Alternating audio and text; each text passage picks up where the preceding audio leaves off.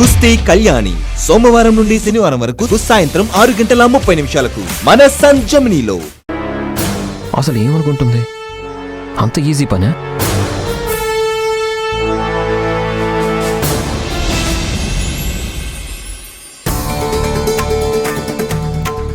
ఈ ఇంట్లో ఎవ్వరికీ బాధ్యత లేదు.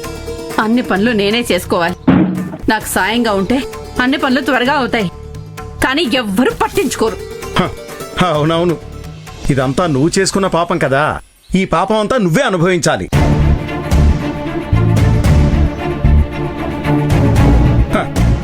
ఇగో, నువ్వు కళ్ళు పెద్దవి చేసి చూసినా నిజం అబద్ధం అయిపోదు.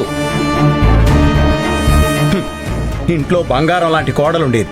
నువ్వు కళ్ళతో సైగ చేస్తే చాలు ఇంట్లో పనంతా పూర్తి చేసేది. తన్నే బయటికి పంపించేశావు. ఇప్పుడు చూడు, నీకు సాయం చేయడానికి నీ కూతుర్లు కూడా ముందుకు రావట్లేదు. పర్వాలేదు, నా పని నేను చేసుకుంటాను. నేను ఎవ్వరి మీద ఆధారపడాల్సిన అవసరం నాకు లేదు. అయినా ఈ ఇంటిని ఒంటి చేత్తో నడిపించిన నాకు ఇదంతా ఒక లెక్కే కాదు. నిన్ను చూస్తుంటే జాలేస్తోంది భద్రావతి. నువ్వు చెప్పినా కూడా పనిచేయట్లేదంటే నీ కూతుర్లు నీ మాటకి ఎంత విలువిస్తున్నారో బాగా అర్థమవుతోంది. ఇదిగో, మళ్ళీ లక్ష్మి తిరిగొచ్చేంత వరకు నీకు ఈ పనులన్నీ తప్పవే.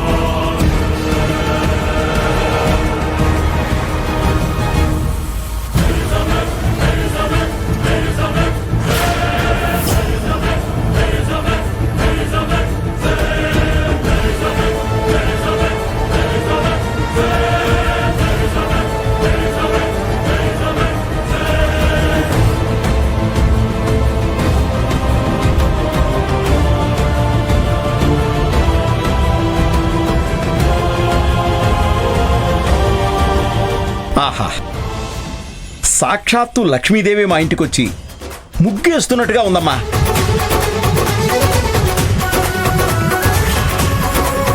ఇగో, చూడటానికి 2 కళ్ళు సరిపోవట్లేదు.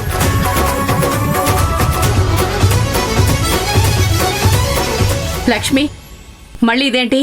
ఇంకో కొత్త నాటకమా? నీలాంటి వాళ్ళు ఇంటి ముందు ముగ్గేసినా ఈ ఇంటికి శుభం జరగదు.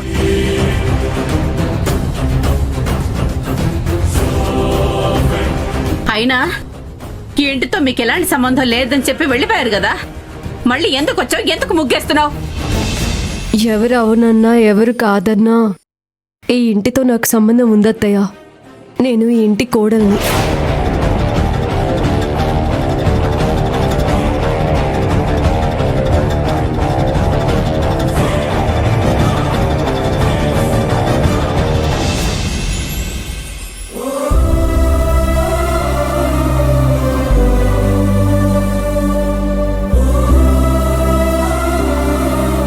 అమ్మా, జరిగిందేదో జరిగిపోయింది. నువ్వెందుకు బాధపడుతున్నావు?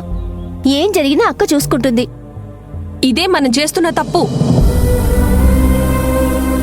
పాపం అక్క ఎన్ని రోజులు ఇలా కష్టపడాలి? ఏ, నువ్వెందుకు ఇంత ఆవేశంతో ఉన్నావు? ఏమైంది? కొత్తగా అవ్వడానికి ఏముంది? అదే పాత పురాణమే. ఇన్ని రోజులు కండిషన్ అది ఇది అని అక్కని వాళ్ళ అత్తయ్య ఇబ్బంది పెట్టింది. ఈసారి అమ్మ చేసింది.